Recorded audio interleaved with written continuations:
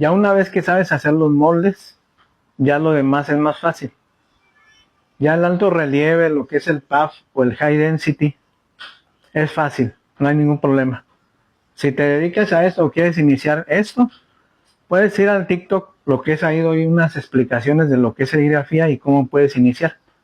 Pero si ya te dedicas a esto, nada más donde compres material, pídele si tienen high density o puff.